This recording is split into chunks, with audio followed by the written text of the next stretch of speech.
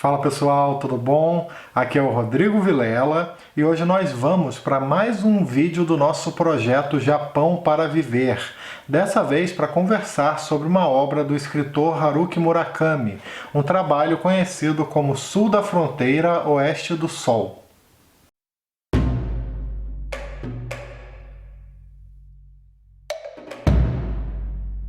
Se você ainda não conhece, o Japão para Viver é um projeto aqui do canal onde eu falo sobre cultura japonesa através de resenhas de mangás e principalmente de literatura.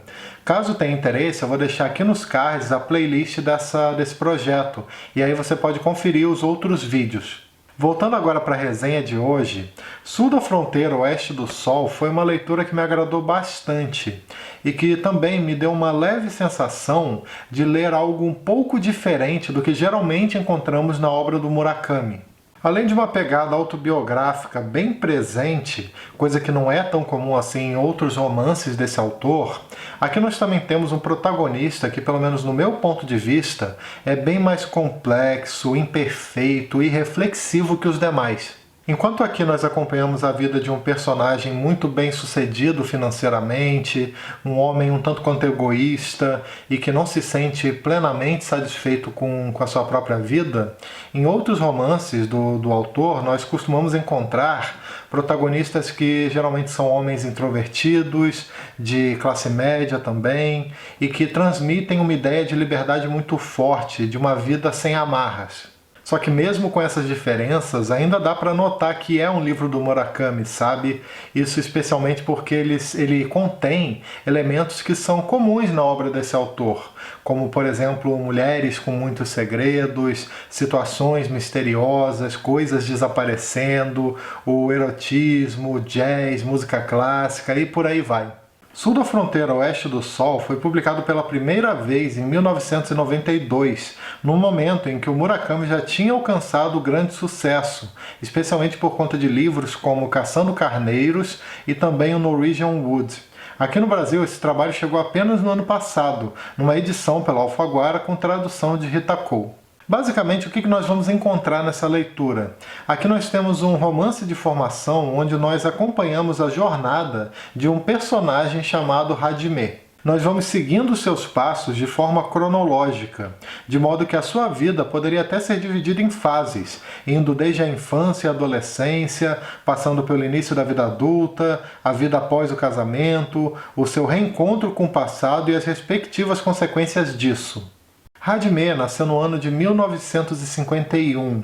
O seu pai era funcionário de uma grande empresa, enquanto a sua mãe era dona de casa. Ele também era o filho único desse casal, isso numa época em que era comum as famílias terem 2 ou 3 filhos.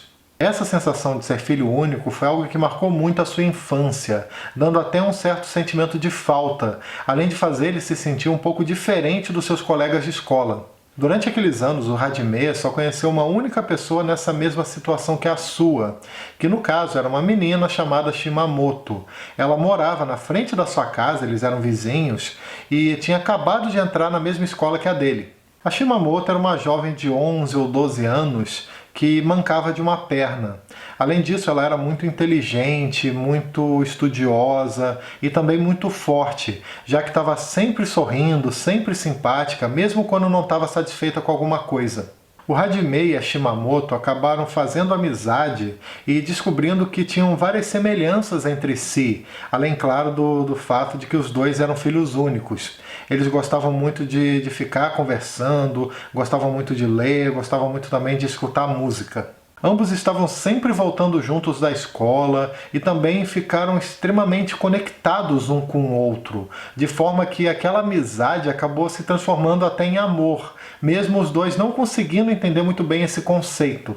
Tem um trecho que eu gostei bastante e que expressa muito bem o que o Hajime estava sentindo pela Shimamoto naqueles anos. No caso, é uma parte onde a Shimamoto segurou a mão do protagonista e ele reflete sobre o que ele sentiu com aquilo. Eu vou dar uma lida aqui rapidamente para vocês. Até hoje eu me lembro perfeitamente do toque da sua mão nesse dia. Foi uma sensação diferente de tudo que eu conhecia, e diferente de tudo o que vim a conhecer mais tarde. Era só a mão pequena e morna de uma menina de 12 anos. mas aqueles 5 dedos e aquela palma continham, como uma amostra, tudo o que eu queria saber e tudo o que eu precisava saber aos 12 anos. Ao me dar a mão, ela me ensinou: um lugar assim existe de verdade, no mundo real. Durante aqueles 10 segundos eu me senti um pequeno pássaro perfeito, voando pelos ares em meio ao vento. Enxerguei do alto uma paisagem distante. Era longe demais para ver exatamente o que havia lá, mas vi que ela existia, e que um dia eu chegaria lá. Essa descoberta me deixou sem fôlego e me agitou o peito. Quando voltei para casa, sentei diante da escrivaninha no meu quarto e fiquei encarando, por muito tempo, a mão que Shimamoto havia apertado. Eu estava muito feliz por ela ter feito isso. Essa sensação agradável aqueceu meu coração por vários dias, mas ao mesmo tempo me deixou confuso, perdido, triste, pois eu não sabia o que fazer com esse calor, para onde direcioná-lo. O Hajime não sabia, mas a Shimamoto, a partir daquela época, iria se tornar uma pessoa extremamente importante para sua vida, independente dela estar presente ou não. Eu digo isso porque ainda na infância os dois acabaram se afastando. Eles foram para escolas diferentes e, consequentemente, acabaram perdendo contato com o passar do tempo. Vemos então que o protagonista, que o Hajime, seguiu sua vida, mas sempre com aquele sentimento de vazio, de solidão, uma angústia provocada pela ausência da Shimamoto. A partir daqui então nós vamos acompanhando o desenvolvimento desse personagem, em especial no que diz respeito à construção da sua personalidade e também da forma como ele lida com relacionamentos amorosos, relacionamentos que ele teve tanto na adolescência quanto na vida adulta. O Hajime, apesar de não ser uma pessoa necessariamente ruim, toma muitas atitudes egoístas sem pensar no sentimento dos outros. Ele vive quase sempre dentro da sua bolha, preocupado exclusivamente com seus problemas. Vemos então como ele magoa profundamente a sua primeira namorada, como ele trabalha no emprego que não lhe dá satisfação alguma, como ele vive numa solidão enorme, né? Ele está sempre muito solitário, sempre evitando contato com a maioria das pessoas, fora do ambiente de trabalho, por exemplo. E também vemos como ele está sempre pensando na Shimamoto, em como seria encontrar ela novamente. Esse seu estilo de vida dura bastante tempo, mas muda de forma drástica quando ele conhece, já na casa dos 30 anos, uma mulher chamada Yukiko, que no caso é a filha de um homem que é um homem muito rico, que atua no ramo imobiliário. Os dois iniciam então um relacionamento que pouco tempo depois acaba se transformando num casamento, e também eles têm 2 filhos. Além disso, seu sogro, o sogro do Hajime, ajuda ele financeiramente a abrir um negócio, né? Ele abre, no caso, um bar de jazz, que com todo o suporte do sogro conseguiu fazer bastante sucesso, permitindo que ele e a sua família tivessem, a partir de agora, uma condição financeira muito boa. Só que mesmo assim, o vazio da Shimamoto ainda existe, ainda persiste ali no personagem. Especialmente depois de algumas situações estranhas que ele vivenciou e que fizeram ele se lembrar ainda mais desse seu antigo amor da infância. A questão é que num certo dia acontece aquilo que o Hajime tanto desejava. A Shimamoto aparece no seu bar de jazz de forma repentina.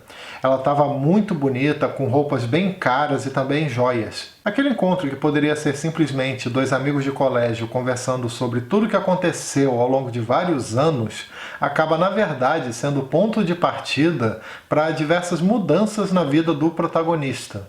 Além disso, a partir daqui, o Hajime começa a se questionar sobre absolutamente tudo, sobre as suas atitudes do passado, sobre a sua insatisfação com o presente e principalmente sobre as suas esperanças com o futuro. De todos os personagens que eu já conheci através da obra do Murakami, eu acho que o protagonista, Hajime, foi um dos que mais me despertaram curiosidade. Eu não cheguei ao ponto de me apegar a esse personagem, mas isso não tira o fato dele ser interessante. Uma das suas principais características, na minha opinião, é o seu constante desejo de deixar tudo para trás. Assim que uma fase da sua vida termina, ele geralmente guarda apenas as memórias daquele tempo, não fazendo a menor questão de ter algum tipo de vínculo com as coisas que ele vivenciou anteriormente. O problema é que existe algo muito forte que impede esse personagem de se desconectar completamente do seu passado, o que no caso, claro, é a Shimamoto. Aquela convivência entre os dois durante a infância foi algo tão poderoso pro Hajime que ele segue sempre pensando na Shimamoto, mas na verdade ele sempre está pensando na ausência dela. O fio condutor de toda a insatisfação do Hajime com a sua própria vida parece ter uma grande ligação com essa ausência, como se ninguém pudesse substituir aquela figura. É daí que vem a sensação de vazio que o protagonista tanto sente, fazendo com que ele viva num eterno ciclo de autopiedade, de egoísmo, como se ele fosse a única pessoa do mundo que sofre, nunca se colocando no lugar do outro. O Hajime é um personagem muito conformado com os seus erros, o que de certa forma é até uma desculpa para que ele possa cometê-los inúmeras vezes. Para ele é algo natural você magoar uma pessoa por puro egoísmo, mesmo sem aquela intenção proposital de machucar alguém. Vale ressaltar que o vazio é um tema muito comum na obra do Murakami. Nós vemos isso em livros como O Assassinato do Comendador, o Kafka à Beira-Mar, o Incolor Tsukuru Tazaki e seus Anos de Peregrinação, entre outros. Só que nesse caso aqui do sul da fronteira oeste do Sol, esse aspecto me parece central. Toda a vida do protagonista é baseada nesse sentimento, que por sinal não foi criado pela Shimamoto, apenas reforçado por ela, já que ele já sentia isso pelo fato de ser filho único. A Shimamoto, por sua vez, é uma personagem um pouco mais comum na obra do Murakami, a da mulher sensual, com vários segredos. Só que mesmo assim ela ainda tem várias semelhanças com o próprio Hajime. Ela tem uma boa condição financeira, mas ao mesmo tempo está insatisfeita com a vida e também parece sentir aquela mesma sensação de vazio, mesmo que não exclusivamente por conta de uma falta do protagonista. A impressão que eu tenho com essa obra do Murakami foi de que o autor quis unir duas solidões que, por conta de coisas da vida, acabaram se separando. E o que é interessante mesmo é a forma como isso se desenvolve após o reencontro desses dois personagens, o que particularmente eu gostei bastante do desenvolvimento dessa questão e que eu vou deixar para vocês descobrirem no decorrer da leitura. Bom, é isso, pessoal. Espero que vocês tenham gostado da resenha de hoje desse livro do Murakami chamado Sul da Fronteira, Oeste do Sol. Recomendo bastante essa leitura, que é um livrinho bem rápido de ler, ó. Tem poucas páginas. Deixa eu ver aqui quantas são. Ó, tem pouco mais de 170 páginas. É um livro bem rápido de ler, uma leitura super agradável, como geralmente encontramos nas obras do escritor Haruki Murakami, né? E é isso aí, pessoal. Também aproveito, como sempre, para lembrar que todo domingo às 18 horas tem vídeo novo aqui no canal. E se você gosta do conteúdo que eu publico por aqui e tem interesse em ajudar de alguma maneira, eu vou deixar aqui embaixo na descrição o link do Apoia-se, onde você pode se tornar um colaborador do canal e receber algumas recompensas por isso, e também alguns links da Amazon, inclusive o link desse livro que eu falei aqui hoje. E aí basta clicar nesses links e efetuar qualquer pedido de qualquer coisa logo depois, que o canal recebe uma pequena comissão. Também não esquece de dar uma curtida, que ajuda bastante, de se inscrever aqui embaixo para ficar sabendo das novidades, de clicar no sininho para receber as notificações e de me seguir nas redes sociais. Beleza? Então é isso aí. Até o próximo vídeo. Tchau!